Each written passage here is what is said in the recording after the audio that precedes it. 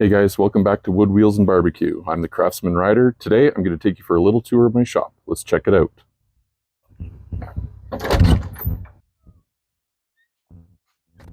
So as you can see, I work in my garage. I don't have a lot of space. I've got that sitting here, and normally there's another vehicle here. So I get this little corner at the back of the garage, which should be fine. I'm not planning on doing any major projects. I'm not making any large furniture or anything like that. My focus is going to be on small boxes. So let's have a look at what I got going on here. This bench I made a few years ago.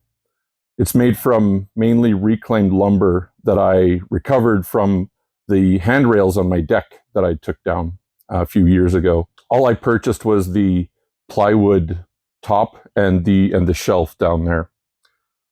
Over here, this workbench I built over the winter. I based it very loosely on the Roubeau split top workbench. I followed some videos from guys like Rob Cosman, Rex Kruger, Wood by Wright, and a few others. I'll try to find some of those videos and link them down below. Basically, though, I used big box 2x4. I laminated everything together. As you can see, it still needs a little bit of refinement. I don't know if you can see that on the camera. I got some shadows going on here, but I have to get the top refined a little bit. And it sits a little cockeyed. I think I can say that on YouTube, right? Cockeyed? I think I can say cockeyed. Anyhow, so what I'm going to do next is I'm going to pull the bench out because I have it on casters, which makes it very convenient for pulling it out and moving it around the little garage I have here to get space. I'll pull it out and then I'll show you the tools that I have to work with. We'll see you in a minute. Okay, let's have a look at some of the tools that I'm working with. First up is my Stanley No. 7 jointer plane. I picked this up from a guy on Facebook Marketplace for a couple of $100s. My research has indicated that this plane was manufactured sometime between 1910 and 1918. So kind of an old school plane. Needs a little bit of cleanup, a little bit of rust over here. But so far it's been working really well. The guy took really good care of it, and I'm pretty happy with it. This is my Busy Bee Tools No. 5.5 jack plane. I love this plane. Some people don't like the Busy Bee Tools line. I'm pretty sure they copied a lot of the other manufacturers, but this one I need to clean up a little bit. But the plane itself is, I'm really enjoying it. It fits my hand nicely. A lot of the other planes, like you'll see, I got a couple more Stanleys coming up. The tote back here is just a little bit small for my mitts. So this one I really like, and this is going to be my go-to plane for the time being.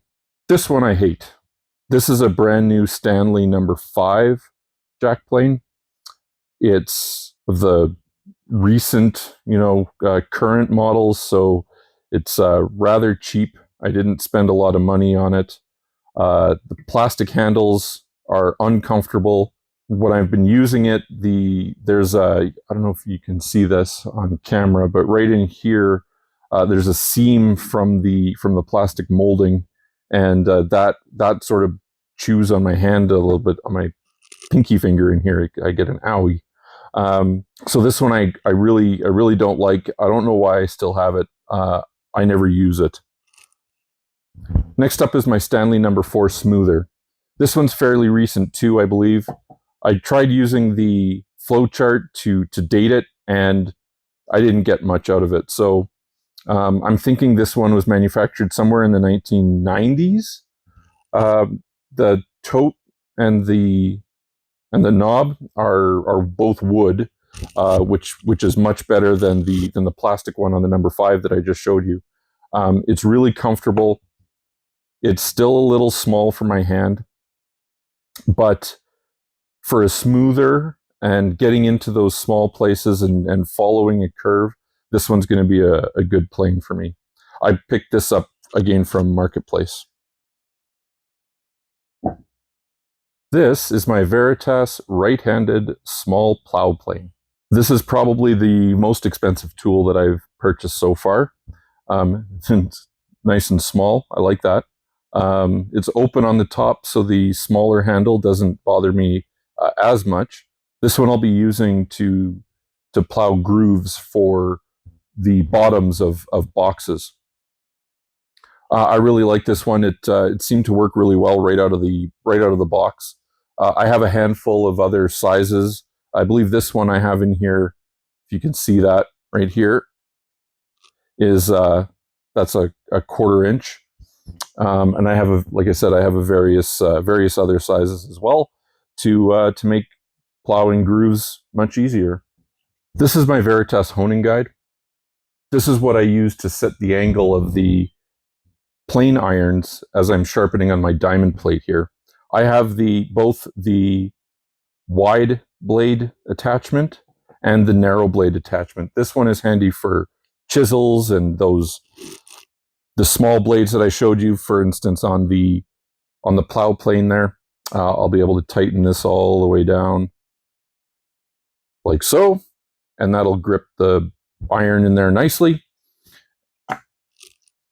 And then obviously the angle guide here to set the angle of the blade. This is my Veritas dual marking gauge. I use this one to mark wood for cutting, transferring measurements, and setting distances. I got the dual shaft marking gauge. This will let me do mortises and tenons, and also simply have 2 different measurements on a single marking gauge. Some people will have several of these. Eventually, I'm going to have more than this one, but for right now, the dual works just fine for me. One thing I do need to add is the dual barrel clamp. There's a attachment that goes up here to hold these two barrels together so that they'll move together as I set distances up and down. These are my Narex chisels.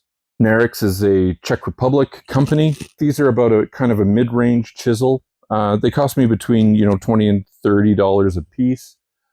I really like these ones. They hold an edge really well, and they just feel nice in my hand.